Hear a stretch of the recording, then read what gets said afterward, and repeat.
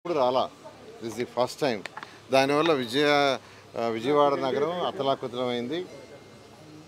పరిసర పక్కనున్న rural areas కూడా అయినాయి.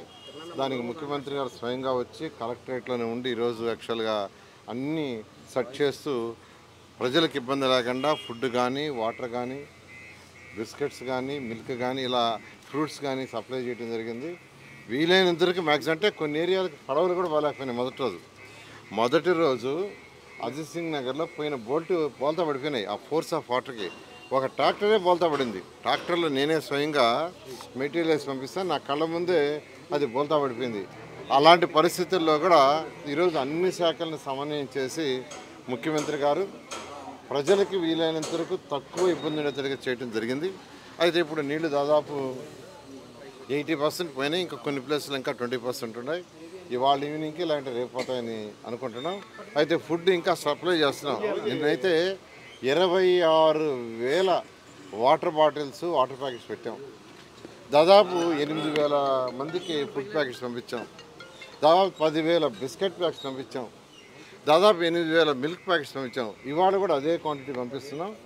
రేపు నుంచి 8 lakhs 8 లక్షలు, 10 లక్షల బిస్కెట్ ప్యాకెట్స్, 8 లక్షల మిల్క్ ప్యాకెట్స్, 26 లక్షల వాటర్ ప్యాకెట్స్, ఈ విధంగా యాక్చువల్గా పంపించడం జరిగింది.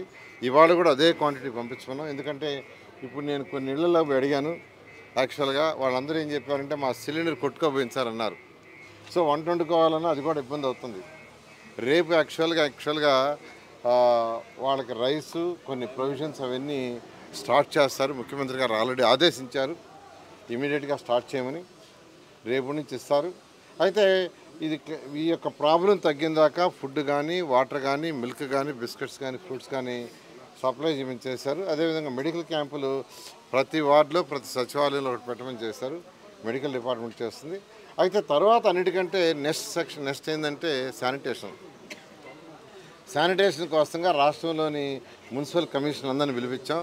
వాళ్ళ ఎంప్లాయీస్ని కూడా తీసుకొచ్చాం. 10,000 మందిని ఈరోజు 10,000 మందిని యాక్చువల్గా ఈరోజు ఈ యొక్క వర్క్ కోసంగా శానిటేషన్ కోసం పెట్టాం. అన్ని వీధుల్లో చేస్తున్నారు. దానికి సంబంధించిన ఎక్విప్మెంట్ కూడా అన్ని ప్లేసుల నుంచి తెప్పించాం. మిగతా మున్సిపల్ కార్పొరేషన్ నుంచి, మున్సిపాలిటీస్ నుంచి వాళ్ళకి కావాల్సిన డ్రోజర్లు కావచ్చు, లేదా స్వీపింగ్ కావచ్చు, జేసీబీలు కావచ్చు, అన్నీ తెప్పించాం. ఇవాళ మార్నింగ్ 6 గంటలకి కలెక్టరేట్లో నేను, మా స్పెషల్ సెక్రటరీ అనిల్ సింఘాల్ గారు, మా యొక్క డైరెక్టర్ వాళ్ళందరితో ఒక 65 మంది మున్సిపల్ కమిషనర్తో వాళ్ళతో మీటింగ్ పెట్టాం. మీటింగ్ పెట్టి వాళ్ళు చేయాల్సింది ఏం చేయాలని నిర్దేశించాం. వాళ్ళకి కావాల్సిన ఎక్విప్మెంట్ ఏమన్నా కావాల్సి ఉంటే అది కూడా అడిగాం, రాసుకున్నాం.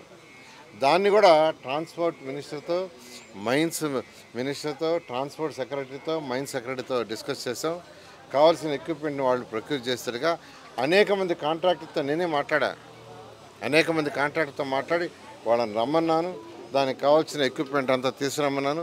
ఎటువంటి పరిస్థితుల్లో కూడా ఈరోజు సాయంకాలానికి ఎక్కడైతే వాటర్ లాగింగ్ అయిపోయిందో, వాటర్ వెళ్ళిపోయిందో ఆ ఏరియాలో ఉన్న సిల్ట్ తీసేయాలి. రోడ్ల మీద ఉన్న బుడత తీసేసి ఫైర్ ఇంజిన్ల ద్వారా అది క్లీన్ చేయటం, ఇళ్లలో బుడదుంటే ఇళ్లలో కూడా క్లీన్ చేయటం చేయాలా. ఇప్పుడే నేను చూసాను, నేను వచ్చేటప్పటికి ఫైర్ వాళ్ళు ఒక స్కూల్లో బుడదను క్లీన్ చేస్తున్నారు. నేను వాళ్ళని అప్రిషియేట్ చేస్తున్నాను. మున్సిపల్ శాఖ అధికారులు కూడా ఎక్కడికక్కడ వర్క్ చేస్తున్నారు. వాళ్ళందరూ కూడా చేస్తున్నారు. నేను మున్సిపల్ శాఖ అధికారులందరినీ రిక్వెస్ట్ చేసి చెప్తున్నాను, ఇది చాలా సఫర్ అయ్యారు. ఈ యొక్క వరదల వల్ల చాలామంది చాలా సఫర్ అయ్యారు. ఎంత సఫర్ అయ్యారంటే ఇప్పుడే నేను ఒక ఇంట్లోకి పోతే సార్ 2 రోజులు నేను మంచం మీదే ఉన్నాను, మంచం మీద దిగలేదన్నారు.